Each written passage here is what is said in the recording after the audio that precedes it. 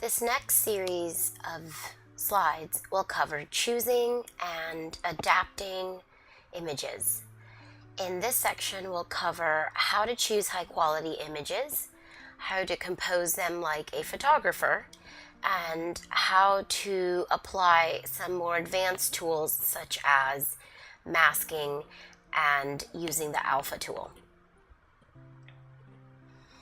It's really important that you work to not make visuals secondary. Now that we've discussed that text should not be the one way in which you convey information, it's important to then make visuals a primary portion of your visual design process. This is a set of slides I used in the past, and to me, the small paragraph and clip art truly was awesome. I was also a big fan of word art. Now, considering the age level and the context, which was college level English, I probably should have thought a little bit more about who and at what point in life my audience was in determining what images to choose. Sometimes we tend to fall into the realm of visual cliche, for instance, the handshake picture. At times we use images that clearly are labeled to not be used.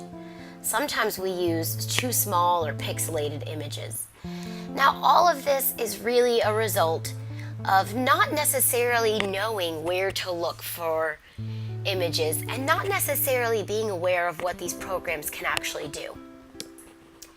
For instance, the problem of extra empty space is really easily solved by taking your image and making it the background of the slide. That way, there's no extra framing around the picture. So, let's talk about how you can use high-quality images and devote some quality time to choosing images. There are a few principles that I go by when choosing images. The first one is to think concrete, large, and high resolution. Let's say I'm looking for a picture of taking a risk or taking a leap. I'm not going to necessarily look for that picture specifically. I'm going to look for a visual representation of it, just like this one. I'm also going to look for an image that's at least 1024 by 768. This will ensure that when I make it the background of the slide, I make it the full focal point, it will look its best. In addition, I have found that Flickr is a great place to look for images. Comfite is a Flickr search engine. I'll show you how to use that in a moment. I also always choose Creative Commons images that are available for commercial use, and I make sure to show attribution or credit.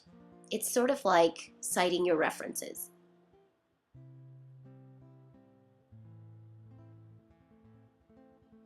Here's Comfite. Comfite is a Flickr search engine that allows you to look for Creative Commons content only.